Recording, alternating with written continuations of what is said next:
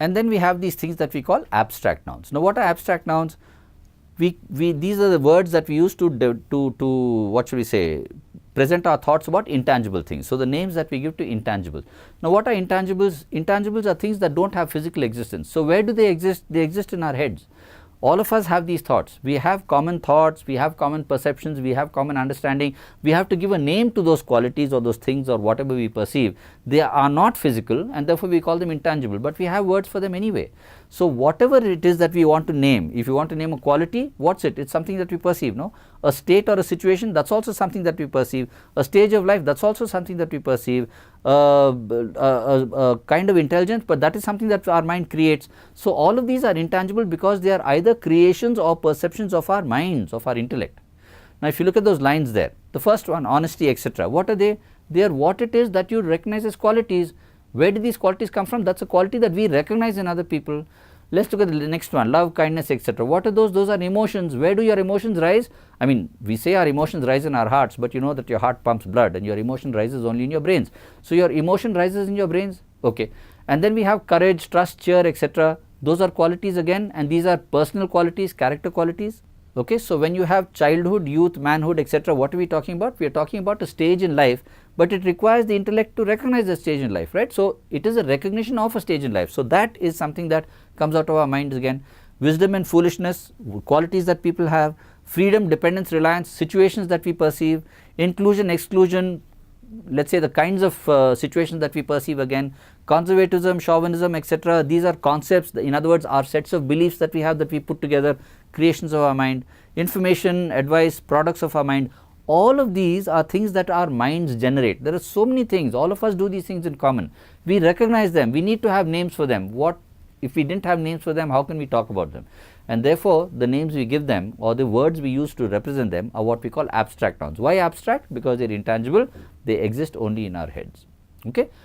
And are these countable? Are they countable? No, they are not, because how can you count an emotion? You can't count an emotion. How can you count a perception? You can't count a perception. So, any of these things that we have on that list there, you cannot count. So, if I cannot count them, I would never be able to use them in plural, and I would always use them in singular. So, honesty is a good, is a wonderful quality, okay. Courage is what a soldier needs, alright. Wisdom is often not recognized, let us put it that way. Conservatism has been the bane of our society. Now, you recognize all of them would always be looked at as singular. So, abstract nouns are always singular. Now, there are very few cases where an abstract noun, certain abstract nouns can actually move into common noun state, and then we will not be looking at it as an abstract noun at all. So, let us take the word, for instance, we do not have it here on the slide, but let us take the word complication. Now, if you say that complication must be avoided when you make sentences, we are saying try not to make your sentence complicated, just avoid the situation of complication. When I say complication must be avoided when you make sentences, I am using complication as an abstract. But I can talk about a policy that is going to give rise to a complication, that means there is going to be a problem, or it is going to give rise to complications, that will be more than one problem. There I am taking the word complication and putting it into a common noun state. So, how do you recognize with certain words which can actually move between common and abstract nouns? How do you recognize whether it is common or abstract? From the context. How is the person using it, to mean what?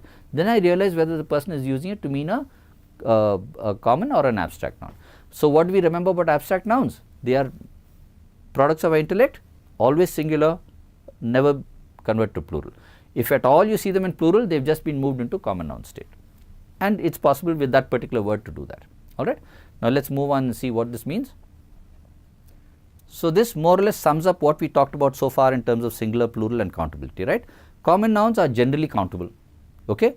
Some, while they are countable, the same word remains whether it is singular, plural, and some, while they are countable, you will count them when you bring in the set word like pairs of scissors, pairs of spectacles, but when you use the words as themselves, the words themselves are always plural and will always be used in a plural sense, unless I use the word pair or let us say a pair of trousers, a pair of jeans, then the pair part becomes countable, okay.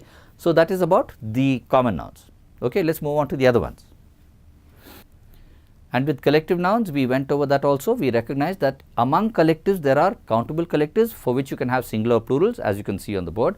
There are uncountable collectives which will always be singular. There are uncountable collectives which will always be plural. Then there are material nouns which will always be uncountable and singular unless you are talking about types. I am not going to read out everything again because we have done that. This is only to remind you of what we have discussed so far. Okay, let us move on. And there are those which are always uncountable and singular. We just looked at that also. Proper nouns always uncountable, always singular, and abstract nouns always uncountable, always singular. So that sums up your what kinds of nouns, how should we look at them, whether they are countable, uncountable, whether they are singular or plural. What does this mean to me? Depending on whether it is singular or plural, then I would look at this business called agreement later on. A singular subject needs a singular verb. A plural subject needs a plural verb. A singular noun needs a singular pronoun as replacement. A plural noun needs a plural pronoun as replacement, right. That is why we need to keep in mind the countability and the singularity and plurality of nouns. Okay. Now, let us look at one other little feature about nouns. Nouns, a good number of them, are capable of having things belong to them, right.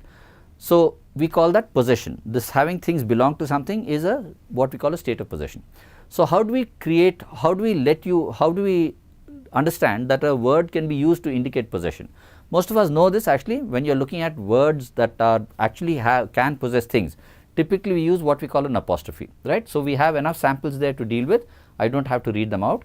You recognize that I can use the word Ram and apostrophe S to mean I am referring to Ram, one Ram and his book.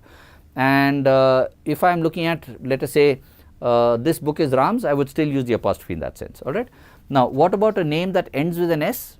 If a name ends with an S, we typically would put the apostrophe after the S so that there is no confusion. But because you might actually be looking at a plural over there, nowadays we also accept that even if a name ends with an S, I can actually have the name ending with an S, then an apostrophe and an S. So, the two samples we have there of events and evenses, both are actually accepted. Okay. Now, let us look at common nouns.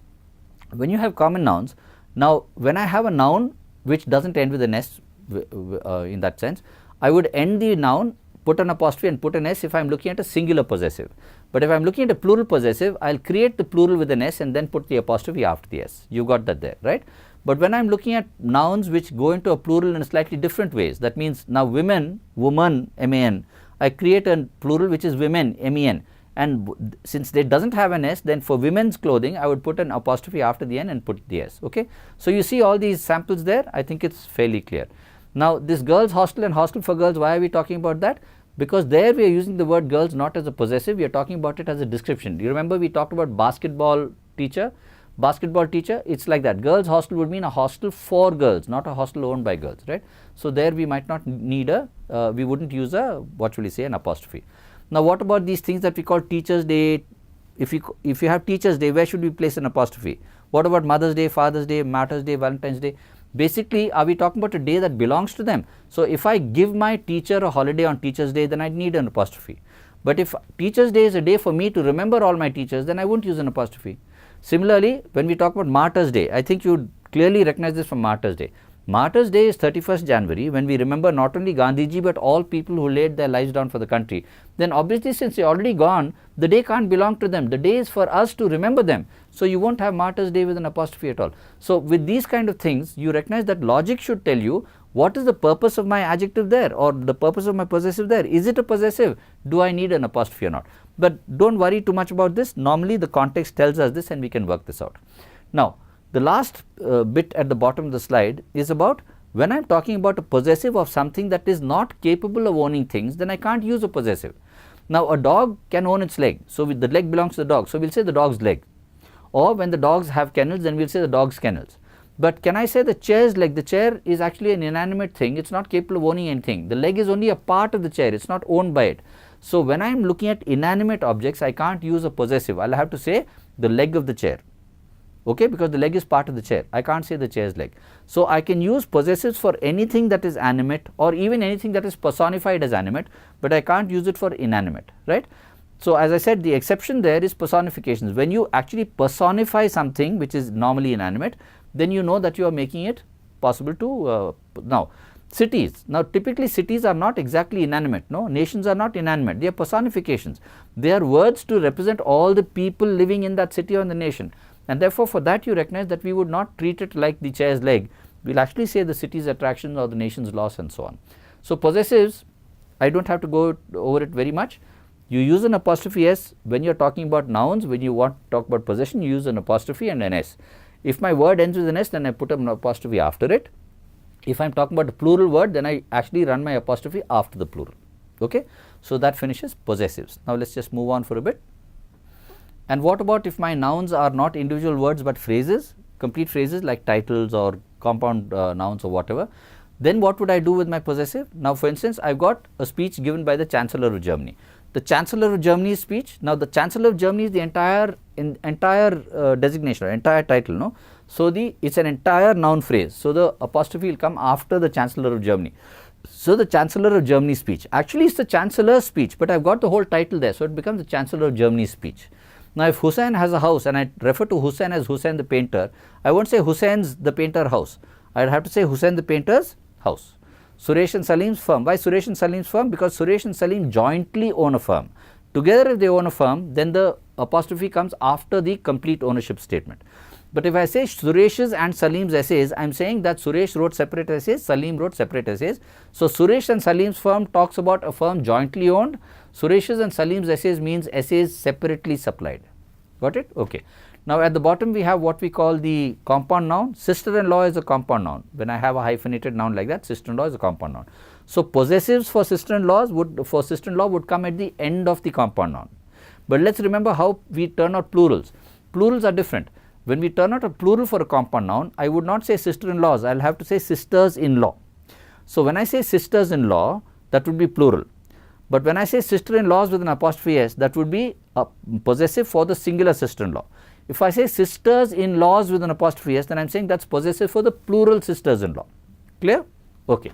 So, what we have done in this very quick capsule is we have gone over types of nouns, we have understood what the types are, we have understood whether they are countable or not, we have understood therefore, if countable would they be singular or plural. We recognize that this is going to be necessary for the agreement thing later on. We have understood how it is that we want to present possessives and how is it we want to be able to present possessive for phrases and compound nouns as well. So, that finishes our capsule on nouns. We will then in your next capsule we will get around to discussing the things that can replace nouns, namely pronouns.